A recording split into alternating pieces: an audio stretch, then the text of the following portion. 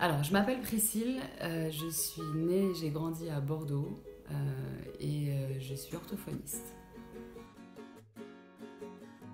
Ma première fois, le zéro déchet, ça a été une visite chez un ami à Bordeaux qui fonctionnait lui déjà en zéro déchet et juste en fait me rendre compte que j'y avais jamais pensé mais que c'était hyper évident et que c'était hyper logique de consommer comme ça.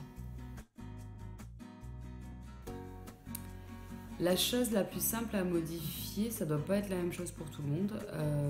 Pour nous, en tout cas pour moi, ça a été de me rendre compte tous les jours de ce petit coton des maquillages qui étaient jetés à la poubelle. Et la première fois que j'ai vu dans un magasin, qui était peut-être même pas un magasin exclusivement de zéro déchet, des cotons lavables pour se démaquiller, ça a été une évidence que voilà, je les ai essayés, c'était pratique et tout aussi efficace que le reste.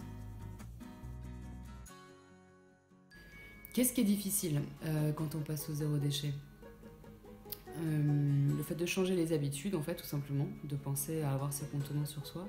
Mais en termes de produits, plus exactement, le plus difficile, ce que je vais aller chercher aujourd'hui dans le commerce traditionnel, entre guillemets, ce sera des cornichons que j'ai pas encore trouvé dans des magasins vrac. Et puis, quand même de temps en temps aussi, des M&M's. Chez nous, on ne trouve plus de films alimentaires, il y a des biswraps, on ne trouve plus de papier alu, on ne trouve plus quand même beaucoup de choses.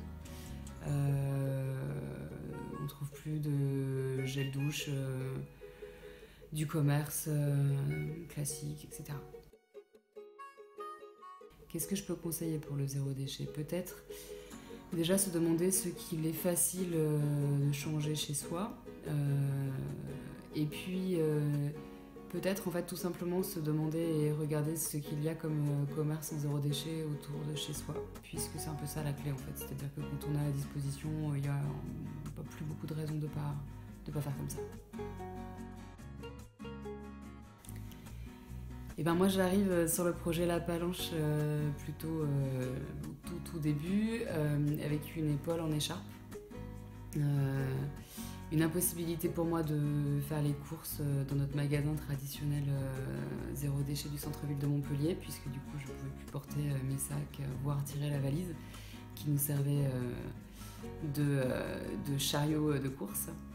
Et puis du coup, par obligation, au bout d'un moment, obligation de refaire les courses, j'ai fait un drive par facilité.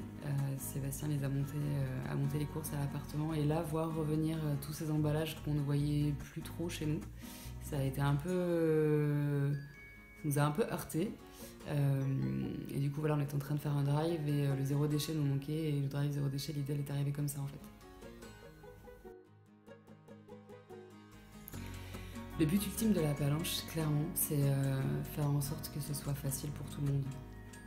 Pour les gens qui ne sont pas uniquement dans les centres-villes, faire en sorte que ce soit pratique, qu'on ne perde pas trop de temps, et aussi faire en sorte que ce soit accessible à tous les porte-monnaies. Ça, c'est une chose importante pour nous.